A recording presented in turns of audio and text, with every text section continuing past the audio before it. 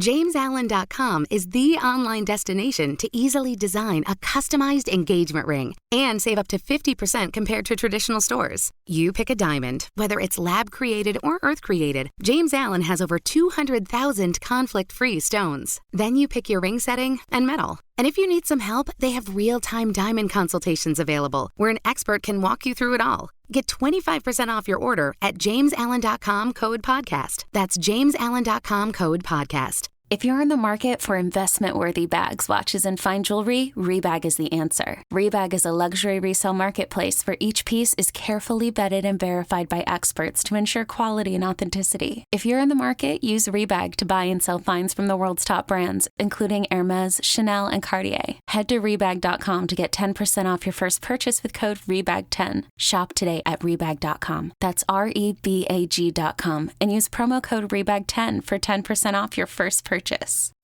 Hello and welcome back to Interstate, the state of Kansas recruiting show.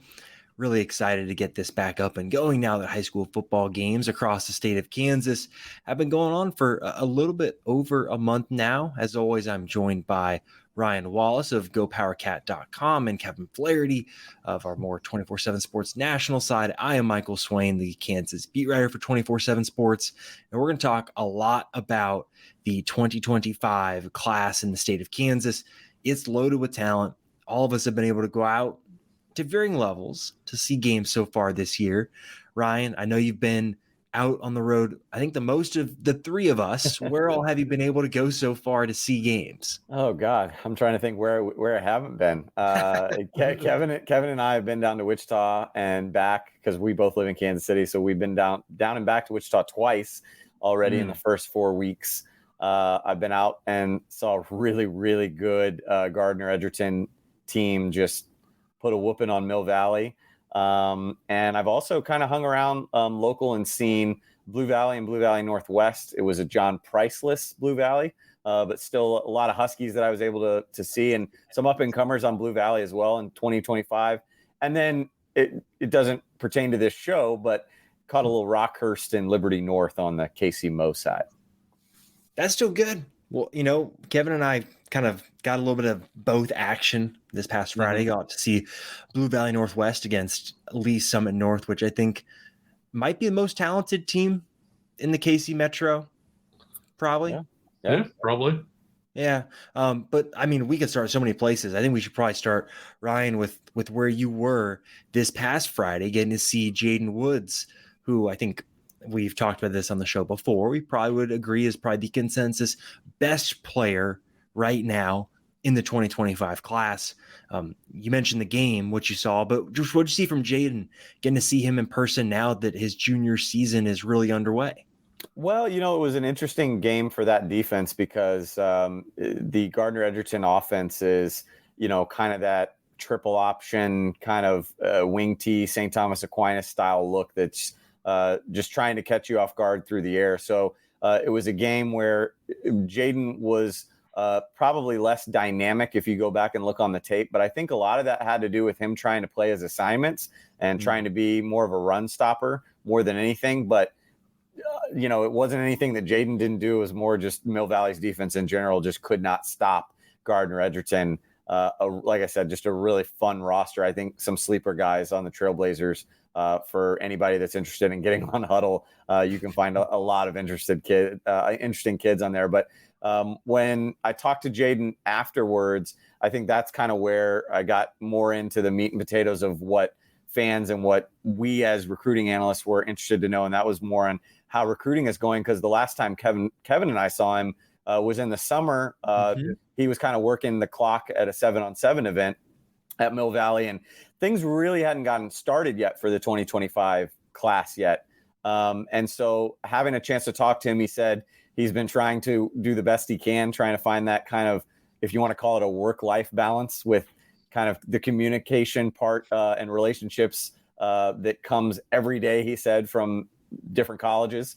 But I'll kick it back to you guys by saying this, and I'll have a little bit of a story coming out in 247 Sports, about Jaden here probably in the next 24 to 48 hours about kind of what he was able to tell me with regards to recruiting.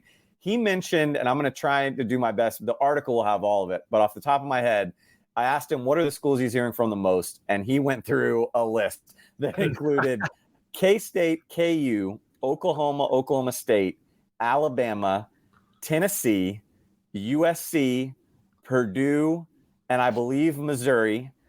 And I would also throw in Penn State because that was another school that he mentioned to me when I asked him kind of some schools that he was hoping to see if he could squeeze in some game day visits this fall. Of course, he's already been to Missouri, saw them in what he called a good game. I call it kind of an entertaining game, Middle Tennessee and Missouri, where the Raiders almost beat the Tigers. He said he hopes to get back up to K-State. He wants to get down to Alabama and Tennessee. And he said if the schedule will allow, potentially Penn State, but he said that could be one that he saves for the offseason. I think he's going to be a busy guy, fellas, coming into the winter and spring. I think he's going to be a busy guy. Said he wants to try and, after the season, cut things down to a top 10 and basically focus on those 10 kind of as we move into spring. And then here was, again, if depending on when the podcast goes up and depending on when I can write the article, I'm not sure who will hear this or read this first, but wants to be done, guys, before summer.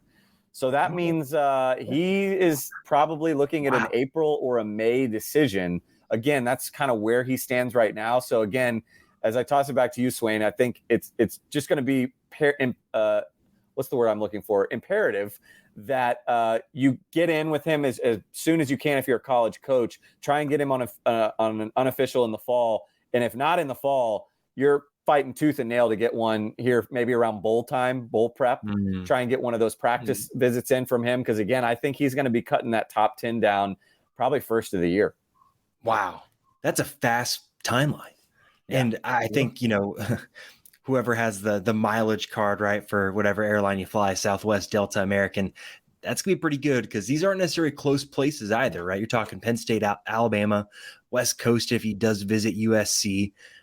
This one feels like to me it'll probably end up with, Jaden going out of the region to go play at a perennial college football power. Kevin, I know you watch a lot of huddle stuff.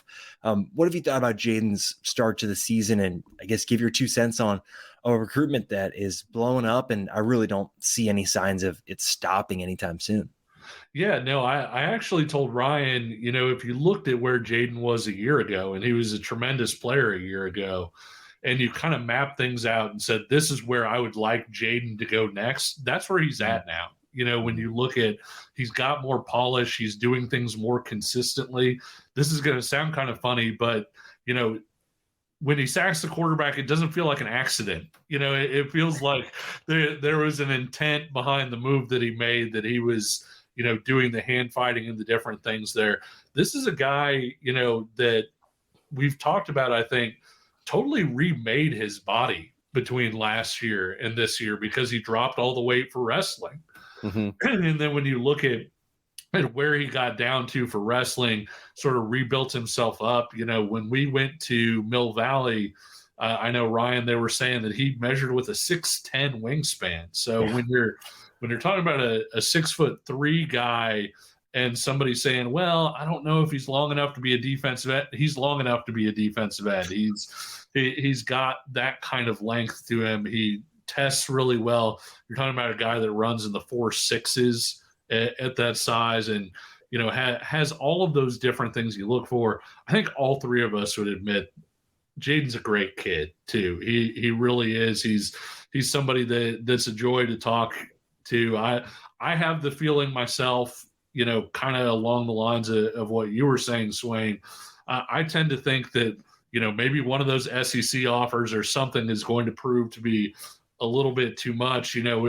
I know most people here are familiar with him.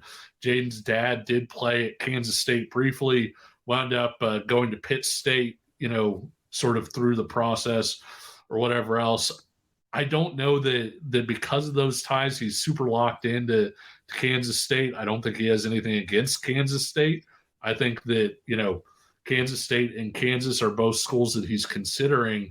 But at the end of the day, I really do think that it's going to be one of those things where it might wind up being a quote unquote national offer that swings him, and so we'll wind up seeing who that is. I feel like if he is to stay local, guys, I think it would probably lean K-State for a lot of the reasons that Kevin just laid out. But I also sense that this is an Avery Johnson style recruitment in the sense of, I think a lot of things would kind of have to lean K-State's way. Sure. Some dominoes might have to fall. With Avery, it was, Arkansas was solidly in the picture, then they weren't. Notre Dame was very solidly in the picture, then they weren't, for their own different reasons, right? I think, Swain, that would probably be the way that I think things would have to go for the Wildcats is for whatever reason, some other teams that maybe Jaden's high on would have to fade on him. And then maybe K-State would be maybe what I would consider like a more serious contender. I think they'll be in the mix, but yeah, I mean, I would have to agree as we sit here today, this does feel like a recruitment that will be national and could likely end up out of state. Yeah, I agree. And this is not one that I have a strong KU is going to be a contender feel. He was slated to visit KU in late July. There was a big visit event that KU actually got a commitment from that Jaden was kind of supposed to go to, and then had something come up, and that's not typically a good sign, right? If something, if you want to make the visit happens. So right. We'll have to see. I agree. I think probably national, and if he does stay regional, look, we saw with Juju Marks too, right? Missouri has a way of getting in with the kind of the Kansas City area kids and making good connections. So I'd be really interested to see how that plays out as well. But we can get to another guy in the Kansas City area who Kevin and I went to go see. And I know, Ryan, you've been out to see him as well. And that's Andrew Babalola, the offensive tackle from Blue Valley Northwest. He right now is ranked as the number one player in the state of Kansas. I think, again, we all kind of agree that, hey, long-term projection, like he could end up developing into something that is maybe better than Jaden Woods. At the moment, still a work in progress. I think anyone at Blue Valley Northwest would tell you that. I think Andrew would tell you that. He's playing his first season of varsity football. And I know Kevin and I went to go see him against, Williams-Newary, which is a great matchup to see. And there were a couple reps where they went against each other. I think, Andrew Babalola won a couple of those, but I think at times too, Williams-Newary showed why he's a 5-star prospect, with the strength and the speed and the blend of it all that makes him really potent. So, Kevin, kind of give me your thoughts on what you saw from Andrew this past Friday night against arguably what's going to be the best defensive line he's going to play all year. Yeah, I mean, the growth curve has to get a little easier now, right? Because you aren't going up against Williams one area, and he's not the only Division I guy even on that defensive line, and so.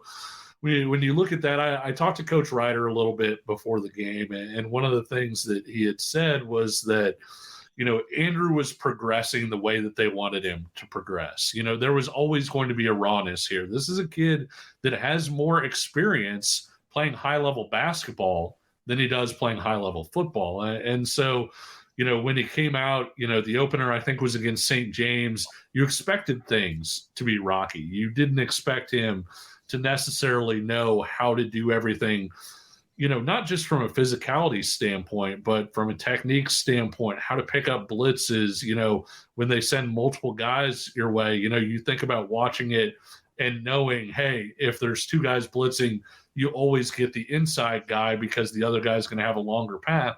Well, that's not necessarily something that's easy to do if you haven't been doing it. And so I think when you saw him against Lee Summit North, like you said, I thought some of the reps were extremely positive. I think, the athleticism is there, the frame is there. As a guy who's measured just shy, I think, of 6'6" over the summer. I think they list him at about 280 pounds now. That probably looks about right. 275, 280, I would say. Big hands, long arms. Looks like what a future NFL left tackle usually looks like in high school from a size, frame, athleticism standpoint. Because of that rawness, I think all of us here, and I don't want to speak for everybody, I think there's a little bit of a reluctance for us to maybe put him within the state where he's ranked. I'd maybe have him down like a spot or two within that 2025 class, which is still high. It's still a 4-star player or whatever else. but I do think that he's growing and you're seeing the improvement in things that you would want to see. Yeah, Ryan, obviously I know you went to go see him too. And it feels like week to week, right? There has been improvement where I'm sure, Ryan, the version you saw maybe isn't as good as the version that Kevin and I saw last week. But when you got to see him, I believe it was against Blue Valley. Yeah. Mm-hmm. What did you think of him?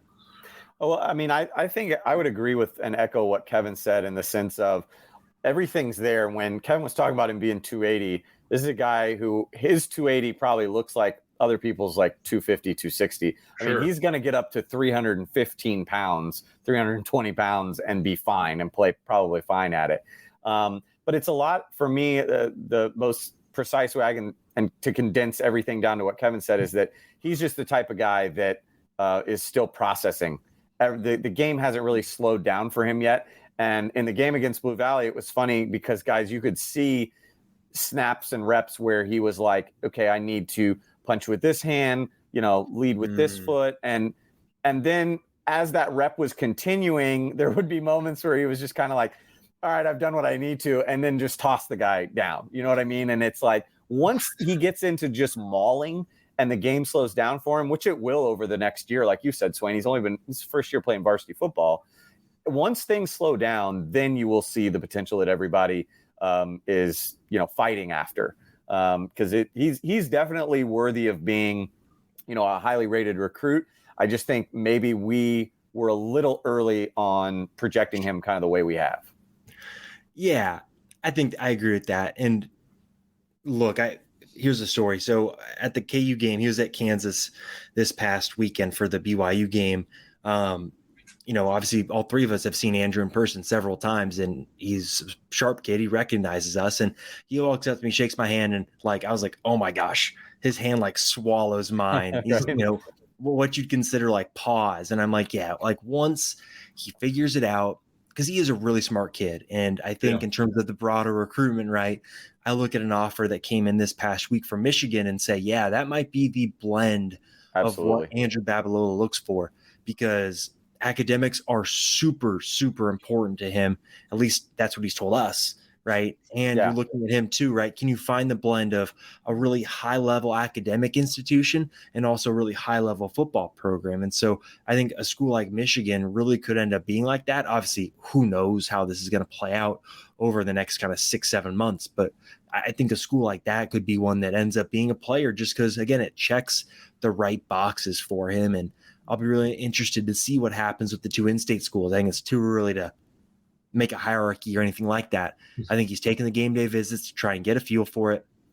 I think the junior day visits in January will be really big once he has time to get around and maybe see a Michigan or go see some more schools that are maybe on the outskirts of the region. Mm-hmm.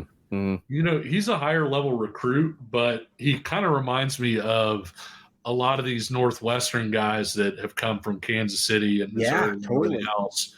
They go to Northwestern, they fill out, they use the weight room, they go to the combine, and then everybody says, oh my gosh, Northwestern had this freak of an athlete here, who's blowing up the testing and everything. And I think it's important to note that not only is he early in his football journey, he's early in his weight room journey, right? And I think that's an important thing to note too, because he is going to fill out and get a lot stronger. I know, Swain, when we saw him at KU camp this summer, the linemen were in pads, but there were times when he would contact a guy and he'd be low man, where you should bulldoze that guy, and he just didn't quite have that pop or that weight in the backside yet to finish that block. And I think as the weight room continues to go too, he's only going to get better as far as all that goes. Yeah, and we can move on to another one of his teammates that I think his recruitment will continue to grow, and that's Brock Heath. He's one that I think we all saw when he did our little high school tour back in February. Mm-hmm. His recruitment's really interesting because Baylor was really an early offer.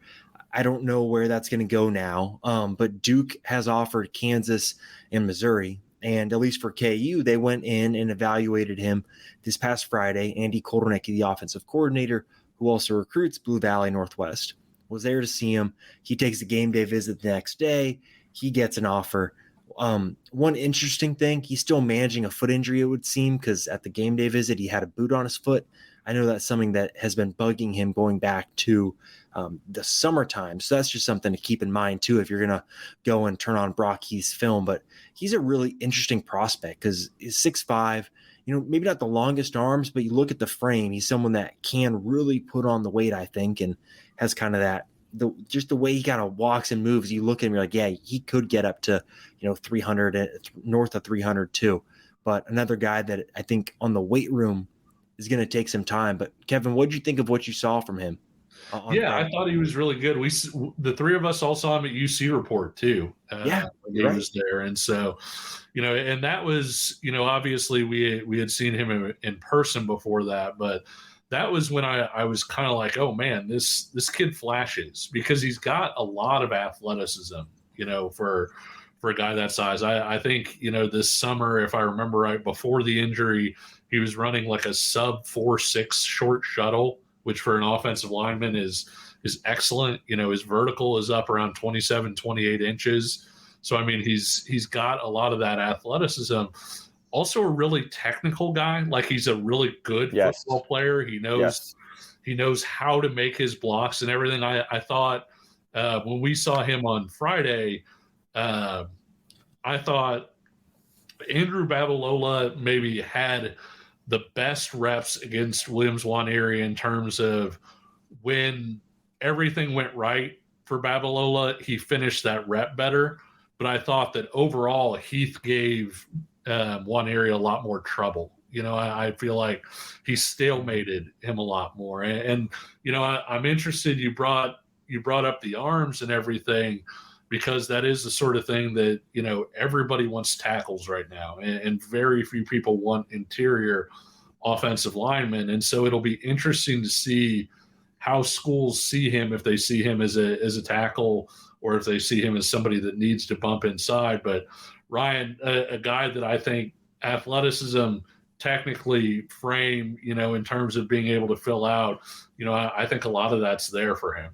I really like him. I think it just so happens that he plays in the shadow of Babalola. I mean, literally and figuratively.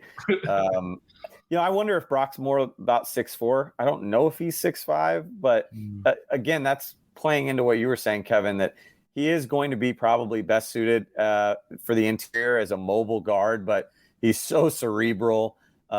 He also comes from, you talk about bloodlines and lineage. He grew up in a household where his older brother, Jackson Heath, blood brother Jackson Heath, went to Columbia and was a pretty good tight end for Blue Valley Northwest, and ended up playing several years at Columbia. And then stepbrothers, Blake Lawrence and Tyler Lawrence. So Blake, I believe, went to Nebraska, and Tyler to KU, or do I have that backwards? Yeah. Tyler went to KU and then wound up transferring to Pitt State. There it is. But so anyway, I mean, growing up in that household, and I think Brock told us he considers them brothers. That's how long they lived together. Point of that story being, when you're the youngest of that, athletic group, you can imagine how he got bullied, and, also kind of learned things about being an athlete and about being a football player. And you see that in the way that he's the aggressor in the line of scrimmage. Kevin, he is, to me, Sam Hecht 2.0. And we love Sam Hecht coming out of Mill Valley. He ends up taking a preferred walk-on offer at Kansas State. Again, kind of a guy that needed that weight room progression, but was very technically savvy. And in a matter of 2 years has worked his way into pretty much the 2 deep right now at K-State. I mean, if he's not on the 2 deep publicly, he's probably on the 2 deep behind the scenes, right? Or will be next year. So I think Brock Heath is a guy that, Swain has his offers listed up there right now, Baylor, Duke, Kansas, and Missouri. I'm with you, Swain. I think that offer sheet can fill out and should fill out sooner than later once his junior tape starts getting out there. Swain, what did you think of him? I thought he was good. I thought you mentioned the movement skills. I thought that was what was most impressive, was the understanding of leverage, and going up against Kamori Moore, who's probably 6 foot, but probably is 280, 290 right now. I think the ability to deal with that sort of force and power as someone that isn't really at the same point probably in his weight room journey. I thought that was probably the most impressive part to me. And I guess, I look long-term, right? He's another guy that's got the athleticism to fill out, and the type of guy that a KU or a K-State would take, and in 3 years would, look totally different and be able to play at the Big 12 level and really be a good player. So I'm fascinated to see what that offer list looks like. Let's say probably like early February, once kind of all the schools have seen the tape, they've had that period where they go on the road in January and they can go recruit and see kids. I think I'll be really interested to see what that offer list looks like at the end Ryan, of do we know where K-State sits? I mean, I know they haven't offered Heath, but do you have any idea about the process there at all? I mean, if I had to guess, it'd probably be one of two things. Potentially the height. I think you see the guys that K-State seems to be going after, and unless you're kind of that center build, which is like a Kyle Rockers, who they have committed right now from Iowa, everybody else that they're going after, whether they see you as a guard or a tackle, is like 6'6", 6'7", the Babalolas of the world. So maybe that's it. As you mentioned, not a lot of teams are looking for scholarship guards right now. But at the same time, we've seen K-State take those types. So I would think for me, it's more wanting to see, if he can prove that he can put that weight on, but also maybe seeing a little bit more of this junior tape and how he plays at the weight he is now. And can they see that, projecting? Either way, my answer would be, I think K-State's late to the party here. Are they too late? I don't know. But, I think commend the Missouri Tigers and the Kansas Jayhawks staff for kind of seeing the long term here and trusting their gut on what they see without needing a little bit more. I think this is a smart play by both those staffs. Yeah, one guy I'm really interested to see what K-State does with it is Charlie Woolben from DeSoto. I got the chance to talk to him Monday night about his visit to Kansas, and he had a lot of positive things to say. KU's really, ever since they saw him at camp, they've been really excited about him, right? They offered him right after the camp, had him come back a couple days later for a visit. Like, this is a guy that I think in terms of in-state prospects, you want to do like the kind of supply demand, like the guy KU likes the most, that has the best shot with. Like, I think that's what Charlie is at this point in time. And, Nebraska's offered him as well. How Matt Rule and that staff operates in terms of track times, height, length, explosiveness. I think he's a guy I'll go see in 2 weeks' time, the day before KU plays UCF, I want to say maybe. I'll go see him then, and I'll be really, really interested to see what he looks like in person again after seeing him in the summer. But what do you think, Ryan? Because K-State got him in camp and didn't offer. Right. Is this one where it's a scheme fit deal because he is more of a four-man defensive end instead of a three-man defensive end? I think you're right. I think a lot of it was let's get him at camp. Let's work him out in a couple different areas. I was at that camp. He was at their O-line, D-line elite camp, and I thought Charlie did fine. For a guy who's probably 215 right now, could be playing at, I don't know, he could be playing at 210, could be playing at 220. I'll be interested to see what he says to you about that, Swain. But I think wanting to see a little bit more weight and weight room development probably from him, but also I think scheme probably plays into K-State being a little bit more hesitant with him right now because and again, this isn't a knock, but you need a little bit more evaluation time when you're evaluating like at the 4A level, especially a guy that's already kind of a project at the 4A level.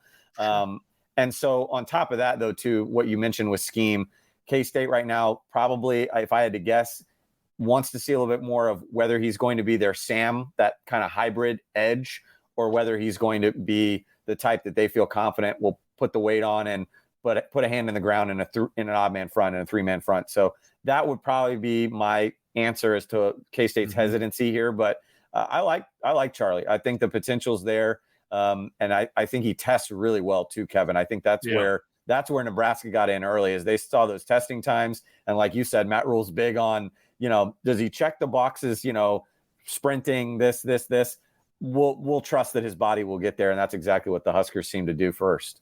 Yeah, and he has a lot of core strength too. I mean, in addition to, running really well, he's a thrower in track. He throws javelin, discus, and shot put, which is kind of funny when you see him in person. I don't want to say he's a string bean, but he's kind of a long, slender guy. Looks like a sprinter.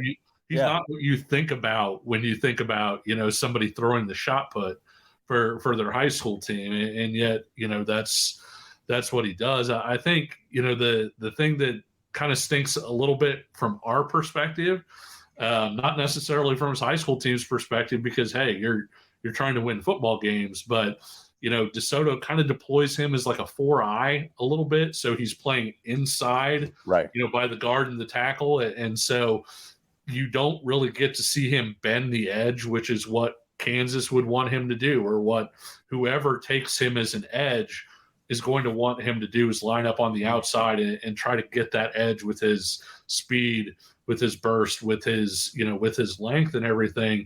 You don't really see that a ton on tape. He's pretty much straight ahead, engage blockers, try to get off the block and go do something. And so you do see kind of a different skill set. I think he'll hold up well against the run as he fills out, because he has so much experience with that from DeSoto, and he's got some really good stuff of that on tape. I think the only shame of it is gosh, I'd love to see him line up as like a wide 9 or something, and really get after a quarterback and kind of see what he can do in space. And that's just not something he's asked to do at this level. If you're going to see him do that, you're probably going to need to go ahead and get him to your camp and line him up out there and have him do it that way. And this is why camps are so fun, Kevin, because that's exactly what I got to see when I watched him at camp. Literally, they lined him up as kind of like on the outside shoulder of the tackle and said, go get him. And if you listen to the KU coaches talk in press conferences or things like that, like the word bend comes up more than like football or like a player's name.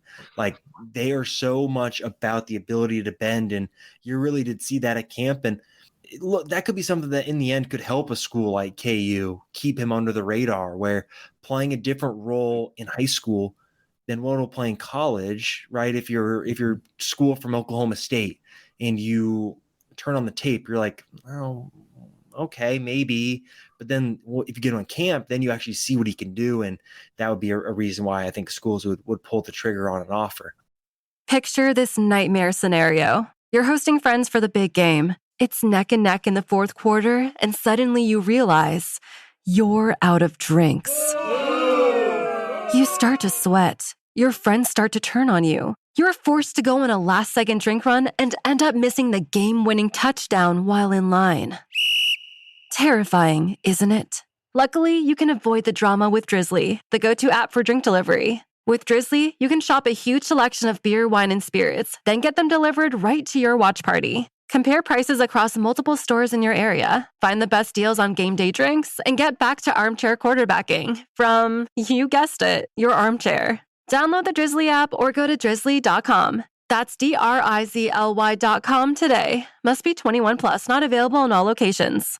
One guy I want to move to that I think you guys were able to see earlier this year that I know KU and K-State have both offered is Bryson Hayes from Mays. I know obviously was one of Avery Johnson's targets last season. Ryan, I'll start with you. From what you saw from Bryson there in the game, I believe you guys may have seen a half. Yep. Saw him against BJ Kennedy in Topeka. Yeah, what'd you think? Nothing different than what we saw, or I guess both of us, because I think camped at both colleges. But what I saw at K-State's camp, compact kid, 5'11", maybe 5'10", doesn't have like an outrageously long catch radius, but he doesn't need it because he's easily one of the quickest guys in the state. And I might steal this from Kevin because you were probably going to say this, so I apologize if I'm taking it from you. But Kevin brought up a good thing at Mays that night, which is he's a different kind of speed than for anybody that got to see Trey Richardson last year, right? Because Trey was, again, a shorter body, not a wingspan or anything like that, but also very and not quite as probably built as Bryson is, not as muscular and compact, little bit leaner. But still, if we're talking about speed, Trey Richardson was a different kind of speed. I think he was a guy that was going to beat you, whether it was in 10 yards or 90 yards. Bryson is really good out of the gate, probably the first 5 to 10 yards. And he's still very fast after that. But that seems to be where he makes his killing, and that's where he gets open so often. Really good receiver, continues to polish. I was impressed with kind of his route tree that he was showing. It'll be this is a recruitment, guys, that I think we're all interested to see whether it takes off, whether it kind of plateaus. Obviously, I don't think it will go down, but without Avery Johnson, it was very evident that, they're going to look to get him the ball more because they don't have as many guys like they did last year. But at the same time, they don't have an Avery Johnson at quarterback that can put the ball in places that Avery did and give Bryson crazy, 100, 150-yard games. So will his tape pop quite like it did as a sophomore? That's what I'm curious to see. But Bryson, I messaged with him a little bit just the last couple of days because he was a visitor for K-State at the Central Florida game. Said he really enjoyed his time in Manhattan, kind of finally putting on the recruiting hat and not just being there kind of with Avery or with Justin Stevens or somebody. He enjoyed kind of being the focal point, but also mentioned to me, guys, that, again, feeling some pressure, I think, to, join one of the local schools sooner than later. And he admitted he would like to be kind of on the building blocks of a class, but at the same time didn't mention any sort of timetable. He's not in any sort of rush. Really interested kid. Interesting to see, where his recruitment is going. Really good kid and a guy that I like. It'll just be, he reminds me a little bit of Phillip Brooks. Like I keep trying to maybe tamper some of Bryson Hayes, and I don't mean that in the sense that he's not the type of player that we believe he can be. But he's not, I'm blanking on the name, Kevin, the Malik Benson. Yeah. You know what I mean? He's not that. He's very fast. He's not Trey Richardson, but definitely a guy that's going to separate, definitely a guy that can play at the Power 5 level. It sounds weird to say because this is a guy that clocked in the 4.3s at multiple camps this summer. So we're not saying that he's slow, obviously, but he doesn't have track speed. And I know that sounds weird to say, or he doesn't have the level of track speed that like a Malik Benson does. This isn't a guy that's going to go out and run 10,400 meters and stack up scholarship offers off of the football field based on what he does on a track. He's somebody that his best part of a race in the 100 meters is going to be 1 to 10 yards or 1 to 20 yards or whatever else. And so that's part of the reason I think he clocks really well. We got to see kind of an interesting rep while we were down there, and it was one rep, but we got to see him take a really long, like jet sweep type carry. Mm-hmm.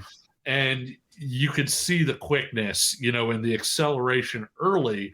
But then by the time he was trying to get around everybody all the way out to the outside, he didn't have, quite that fifth or sixth gear that maybe you see with some of these guys that have really special speed, like, Malik Benson, Trey Richardson had it, like you said, some of those guys. And so, Bryson runs well in track. I think he's like a 10.9, 10.95, something like that. Yeah, he runs well, but he's not going to run well enough for a college staff and particularly a Power 5 staff to look at his track time and be like, we have to go get that guy. And when you look at, a guy that we're going to talk about probably here in a minute, when you look at Jaron Kanik, when you look at Malik Benson, I'm not saying their tape wasn't important, but the track time was what kind of set people up as, okay, we have to go get this guy. This is a special athlete. With Hayes, I think if he doesn't have the great junior tape and through no fault of his own, if he's just not getting the kind of service that he was getting from Avery Johnson this year, I think the way that his offer list is going to grow is going to be him having to go to camps and prove himself there, run the fast 40 time because he is going to be faster in those shorter distances, play really well, and potentially earn bigger offers that way if that's what he wants. And if not, if it's the sort of thing where he needs to, or he feels like, hey, I want to decide quickly, I like the offers I have, I like the local schools or whatever else, then the rest of that stuff isn't going to matter. And Swain, as I look at the offer sheet there, I wanted to throw it back to you because I know you're familiar with this player. I mentioned Phillip Brooks as maybe kind of a K-State comp for him. Another kid that I think fits really well for anybody from the Kansas City area that got to see Jalen Knoll play that's now at Iowa State. That seems to be Bryson Hayes all over. Yeah, I totally agree. And I think he screams Big 12 to me, just in terms of the style of play. I just don't know if he's smart. Like, I don't know if a Big Ten offense is what is going to be best for him to showcase the talent he has. Because I think KU sees him as someone that can line up in the slot, can line up on the outside at times as well, and just get him the ball. You know, Yep. I don't know if he's like Luke Grimm's not a good comparison, but in terms of like the versatility that KU uses with someone like Luke Grimm, like I think that is the type of role you could see with him. And I do think, you know, if you really like said Michael pick, I'd say, you know, KU or K-State probably is where he'll end up. I know KU's gone really all out for him. They started early before K-State, and Bryson's even admitted that, where KU's getting him on campus for visits like back in February, or that would have been March when spring practice was going on. Like KU was on him early, and they're going to keep going after him. And it's kind of going to be one of those where if he decides to go somewhere else, they just kind of put your hands up. You did everything you could. And sometimes kids just don't want to go to your school. And I think that's totally acceptable. So I agree. I'll be one that he doesn't seem like someone that's going to go do the camp circuit again next summer. I don't get that feeling. I think this past summer he did the camps, he ran the times. If you don't believe the times he ran at other camps, like then that's kind of on you as a coaching staff, right? And you know, I always laugh when you hear, "Oh, you got to come run our camp." Well, like what? Like you don't believe that I ran, 4.3 at 5 other camps over the last year? Like what? In fairness, if somebody says they ran 4.3 at Missouri, do not believe them. And if they say they ran 4.3, that's kind of a running joke here, but Missouri camp measurements have been known to be inflated to all get out. I mean, I'm pretty sure I could roll up on crutches and run like a 5 flat there if I really had to. Well, one guy that is really, really fast. Actually, here let's go. Let's wrap up with the 2025s real quick, actually, and go to Lincoln Cure because look, this recruitment has gone like to the moon. He's another one that did a lot of camps over the summer, right? You know, KU, K-State, Missouri, all offered after he did camps. And now all of a sudden, now that his tape's getting out, like you see the offer list in front of you, like Auburn, Florida, Illinois. I think Penn State might be in there too. Like this is a recruitment that Michigan offered him. Yeah, it's really blown up. Kevin, I know you're really a big fan of Lincoln. So what have you seen from him? Yeah, Lincoln to me is the number 2 player in the state behind Jaden Woods. And, just a little peek behind the curtain, our rankings people, and we do too. I mean, anytime you can verify somebody's athleticism, it makes sense that you would use that. And, and Lincoln's got great track times. He's a really good basketball player. He's got all of these different things. The football tape wasn't necessarily there. And I know the three of us kind of talked about it off the show. Mm-hmm. I kind of felt like this was a Jaron Kanik situation where, Kanik being out in Hays, not trying to insult anybody in Hays, Kansas. Love Hays, Kansas. But with Jaron being out there in Hays, the way that Jaron was going to become a national recruit, it wasn't based on his tape. In order for him to get recruiters out to Hays, he needed to do something on the track where people could look at it and say, like, okay, this linebacker's running 10.5. We got to go get this guy. And I kind of felt similarly about Lincoln with him being out there in Goodland, which for those of you who don't know is, darn near to Colorado. It's basically Colorado area code. Yeah. I mean, they play games against Colorado high schools. To put it another way, this is kind of shocked me. He is 2 hours closer to Lawrence than he is to Lubbock. So like that tells you how far west he is out there.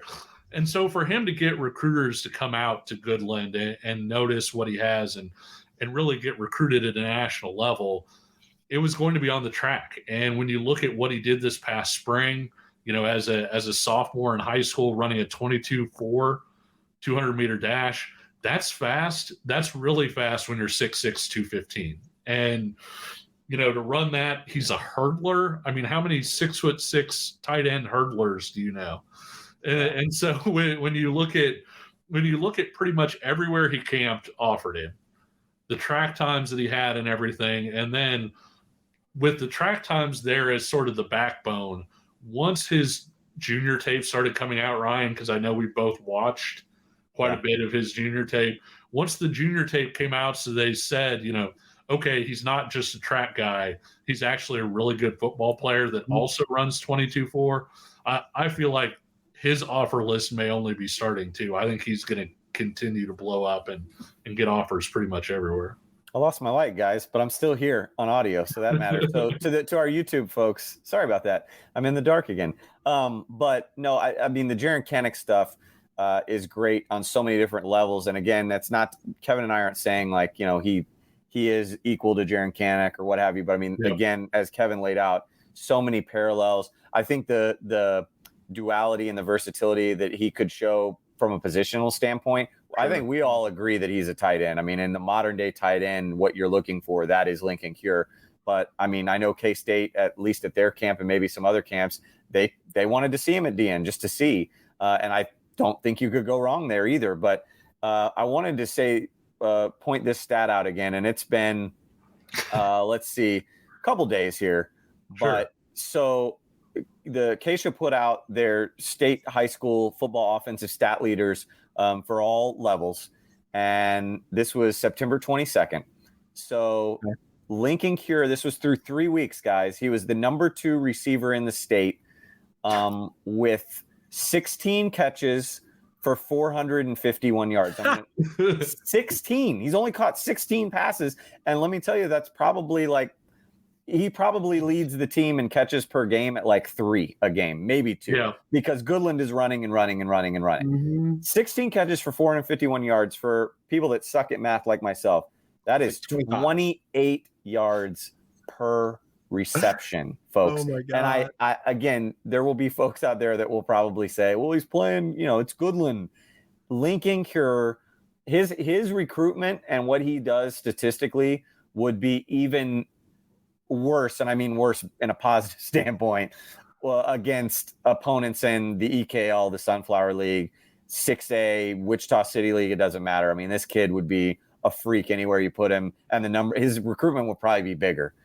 Not probably, would be bigger if he wasn't in Goodland. So I'm with Kevin. It took seeing the junior tape to kind of validate it, but Swain, I think if you're talking, you know, long-term projection, that's where a Babalola probably sneaks in to the top 2. But if we're talking right now, and I know Kevin and I are big on finding the margin of not only high ceiling, but also high floor, Lincoln Cure is probably number 2 in the state right now.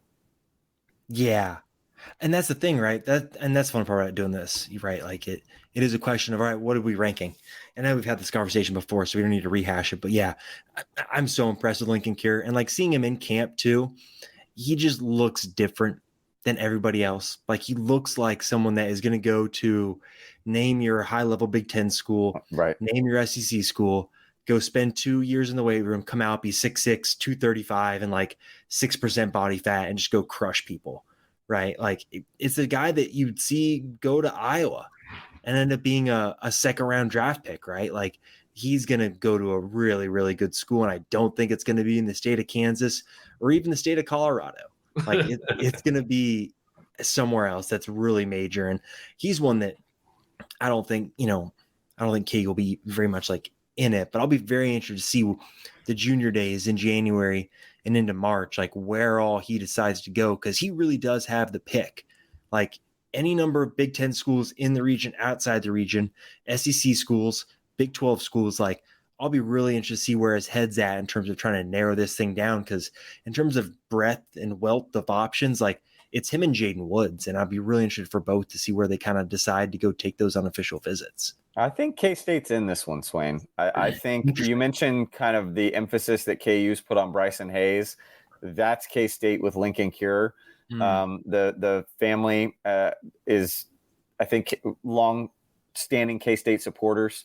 They recruited his brother that ended up at Fort Hays State, probably wanted him as a preferred walk-on, but it was the COVID year. So I think things were a little bit more limited. And so he took the scholarship at Fort Hays State. But I think this is one that K-State is very much in the thick of it. That's not me saying crystal ball to K-State or anything, because I do think, like you said, he probably does. A kid from Goodland probably does want to experience some things first and just make sure he's done his proper research. But I think the Wildcats will be in this thing to the very, very end. Interesting. Well, let's get to now we're getting to 2026, and this can be it for us. John Michael Fountain, Iowa State offered him over the summer. K-State offered him after a game day visit, and then he visits KU, and KU extends an offer. Seeing him in person, he looks like a sophomore in high school, so his body will develop. But in terms of traits, Kevin, like, is this about as good as you can ask for a sophomore linebacker? Yeah, I mean, the report was that Iowa State offered after he ran 22 miles an hour on Wichita Northwest catapult during their scrimmage against Mill Valley. Like, basically, they told Nate Shieldhouse, who, of course, as we talk about on this podcast, does an amazing job recruiting Kansas for Iowa State. They're out first on a lot of guys, and they're out first on a lot of Wichita Northwest guys. They recruit that school really, really well. And, you know, once he heard, hey, this guy hit 22 miles an hour based on the freshman tape and everything, it was worth an offer to them, even without seeing him as a sophomore. And Ryan and I saw him in person last year. He was starting games for Wichita Northwest, which went to the state quarters, I believe. As a true freshman, or I guess high school doesn't have redshirt freshmen. As a freshman, he was. Kevin, were you a redshirt freshman in high school? They would have redshirted me every year if they could have, but no, it was.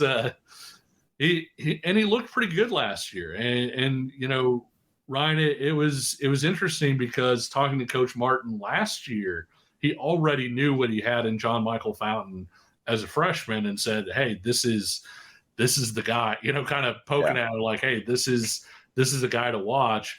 We see him in the opener this year against Bishop Carroll, and I mean, they were just dominant, one, and two. I mean, Fountain had just an absolute freak interception in that game where he jumped up.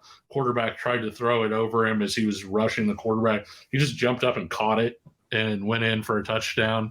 But saw increased physicality from him in that game, I thought, too. He had some pop, but Ryan, I feel like when you look at John Michael Fountain, when you look at Michael Boganowski, this is kind of the way the linebacker position is progressing, where you get these sort of safety type bodies who have a little bit of length to them, who have this kind of athleticism, and then you throw them in the box and you let them chase. I know. And I mean, where he is right now, I think he could be a college safety with his athleticism and the way how fluid he is in coverage. But obviously, again, knowing that he's only a sophomore, more weight room development, he will probably turn into an outside linebacker, but he's going to be an outside linebacker that can be an all-purpose outside linebacker.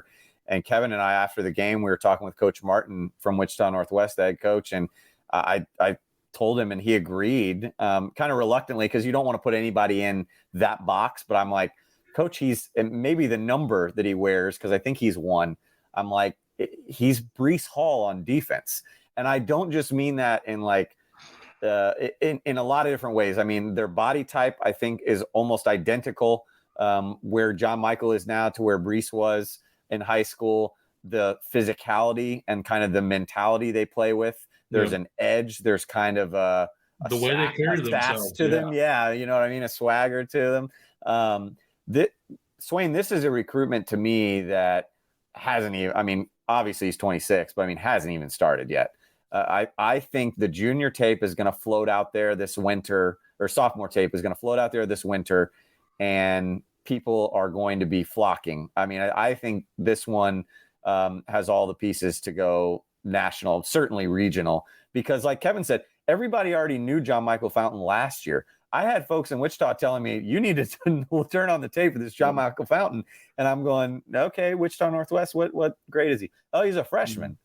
And everybody that sent me, you know, those tips was not wrong, Swain, because he's the real deal. I mean, he's probably, Kevin, would we say the early favorite to be the number one in 2026? Yeah, I think right now the favorites for 2026 are coming from Wichita Northwest. You know, whether it's he or Jalen Mason, I think the quarterback there.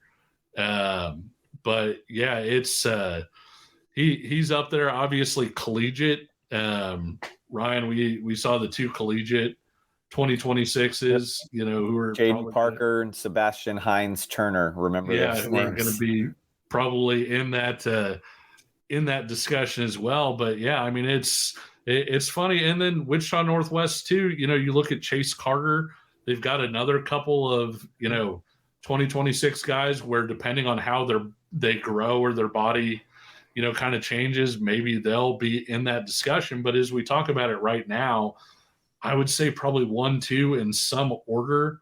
I would say Fountain would probably be my number one right now, with Jalen Mason number 2. I don't know. How do you feel about that, Ryan? Yeah, I think right now you'd have to put Fountain there. I mean, he's been a varsity starter for 2 years.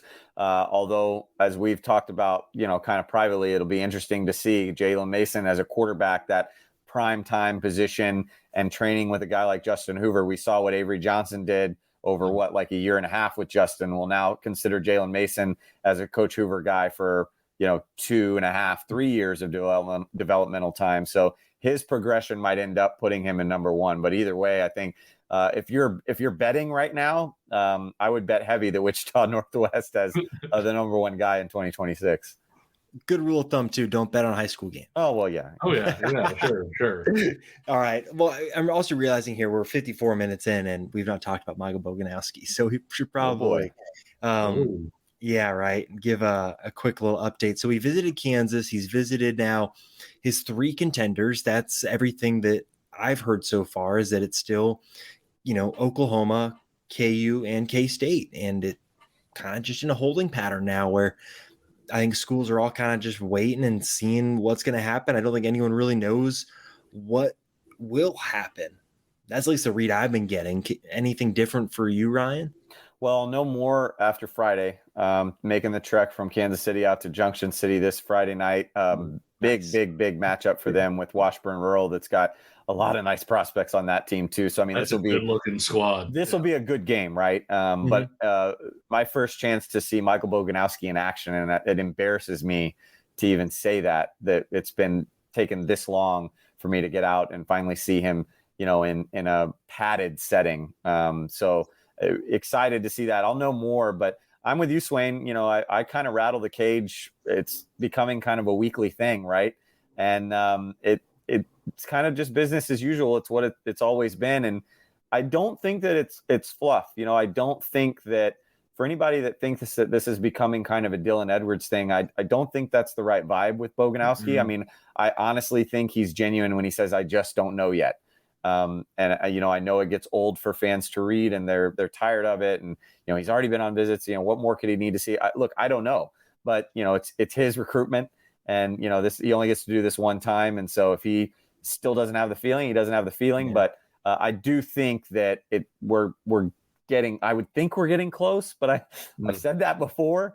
But yeah, I mean, it'll be interesting to see, you know, what happens on Friday, how he plays. It also sounds like Chris Kleiman will be there. This is their off week, remember? So K-State coaches will be out in full force. You know, he made it a point to go see Avery Johnson and Dylan Edwards. Well, Dylan was already decommitted by that point, but when it made it a point to see them, you know, last year for a game. And so he's going to make it a point to see Boganowski on Friday. So, you know, I don't know if that matters. You know, I would imagine KU will see him if they haven't already. I know OU staff has already been out to Junction City to see him. So, you know, he's been on a KU visit, right? He's been on a K-State visit. He's been on an Oklahoma visit. There's not much more he can do this fall. So unless he just wants to wait it out, you know, and kind of have some sort of big announcement come closer to signing day, it's got to be getting close. But hopefully I'll have more to report on after Friday. I'm interested to see him against Washburn Rural, though, just real quick, because that's a team that has a lot of like bigger guys. When you look at, you know, is it the Heim kid that's the linebacker? Both Heims, Jaron and JC, Paxton Bettis plays like 215, 220 linebackers. They've got a defensive end. Jerron Lane. Yep. They've got the offensive lineman Hawks is still there, right? Yeah. Yeah, he's massive. Like 6'8", 280. So, I mean, they've got some really big, good-sized kids. And, you know, it's I'll be very interested to see. I mean, don't get me wrong. I mean, Michael Boganowski, he's the number one kid in the state for a reason. He's going to play well. But I do think that this could present one of the bigger challenges just in terms of hey, he's going to be going up against some college-sized kids this week. Well, and they bullied Manhattan last week. Washburn Rural did, and they're one of the tougher, what you would consider, one of the more universally tough teams year to year under Joe Schartz. So defending state champions Manhattan as well. I should point that out. So yeah, I mean, Washburn Rural's for real this year. So this will be a good test for Boganowski. Yeah, I'll be really interested to see how this one plays out over the end, right? It's one of those you just kind of take your hands off a little bit and all right, we'll just see what happens. Because I think you're right, Ryan. Like, I think it's just trying to figure out where he wants to go to college. And he's got 3 good options and 3 different options at very different points in the whole realm of college football. I'll give you guys a chance. Any other guys we haven't talked about that I'm not going to have profiles ready for him, but any other guys you guys want to highlight as maybe some guys to keep track of? We can start with you, Ryan. Well, I was going to say, let's start with Kevin, and then I can pick up some leftovers. So leave me a couple, Kevin. All right, go, Kevin. I see how this goes. Just got to spring that out on me. It was kind of interesting. We saw a guy that we probably won't talk about from a KU State standpoint, from a scholarship standpoint, but a guy that I think will be very interesting potentially as a preferred walk-on down the line was Brody Weir at Wellington. Mm-hmm. When you look at what he brought to that team in terms of being a blocker, in terms of being a physical guy, I could see him being a Jared Casey type guy that winds up going somewhere. Ryan, you were really impressed with his skill level for how strong he was. He made sort of a toe tap catch, for a touchdown that you don't see a lot of guys who are 6'3", 240, at the high school level do. He's a 2025, and so he'll be an interesting guy. And then I don't know that the athletic explosion is going to be there for him to be a scholarship guy for either school. But knowing what Kansas wants and knowing what K-State wants, I could see him being one of those guys that they really, really try and pursue as a preferred walk-on who could wind up playing there on down the line. I think, we talked about, most of these guys over the last few weeks. A guy that's kind of off the radar that I think will be interesting that Ryan and I have talked about is Conley Hovey, the tight end, defensive end over at Lewisburg. He's a guy that, doesn't have a whole lot of tape. His brother was committed to KU, right, as a preferred walk-on, Jace Hovey? Jace, yes, correct. Last cycle. Hovey was a badass. I mean, that he was a really good, straightforward athlete and everything. Kind of a rocked up guy that maybe didn't move as well side to side, but was really physical, pretty athletic moving forward. His brother's a 6'5" tight end. And so if he develops, some of that, he's a 2025, he's played basketball, he's got some solid tape of him playing above the rim. So if he winds up filling out the way that his brother did, and his brother ran pretty well from what I remember too, Ryan, in terms of 40-yard dashes and testing and things like that. We have this tight end class in 2025 where you've got Lincoln Cure and Desan Brame and all these guys. Don't be surprised if this Hovey kid, if things come together for him a little bit, if he doesn't wind up joining that group and maybe even slipping into a Big 12 offer, if not, certainly, I would think MAC schools would be kind of all over him. All right, Ryan. I got 3. I'm gonna be fast. All right. I'm gonna be fast and concise, Swain. I love it. 3. The first one that I'm gonna mention is a guy that Kevin and I saw, and he's already on KU and K-State's radar, and those are the only radars for the time being. Maybe Oklahoma State. I think they're starting to poke around a little bit. That's Andre Williams Jr. at Wichita East. He's an edge. Believing for you. He's an edge kid, 2025. The body is already there. He's going to get, good coaching at Wichita East from a guy named Shaq Reed that was played at K-State.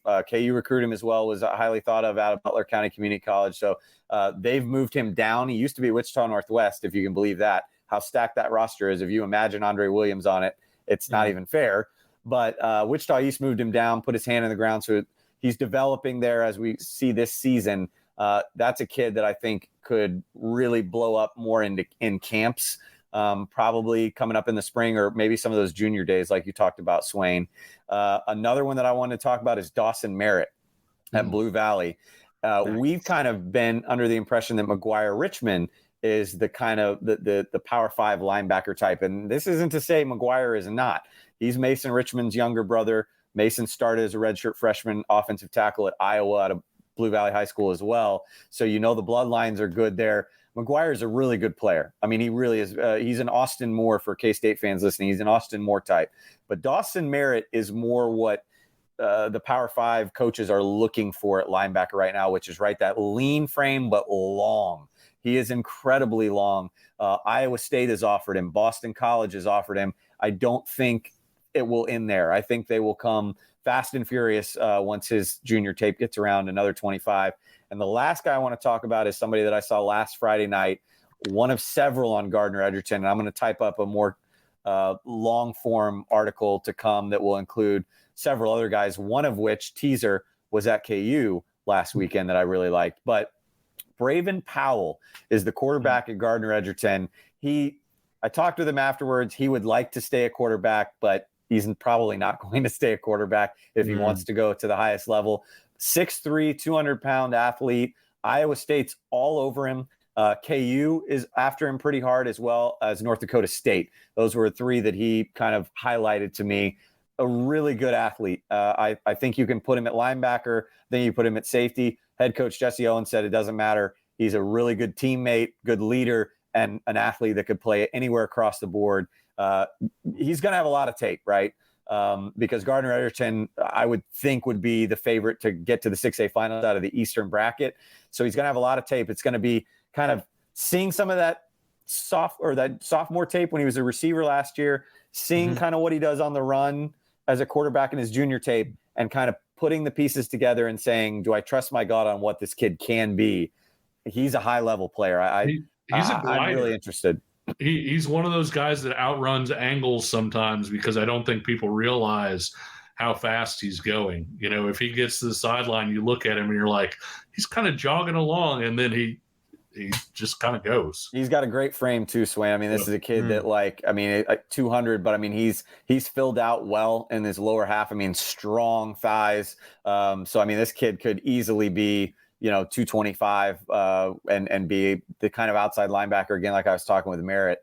I really like Braven Powell, one of several on Gardner Edgerton that I think is going way beneath the radar.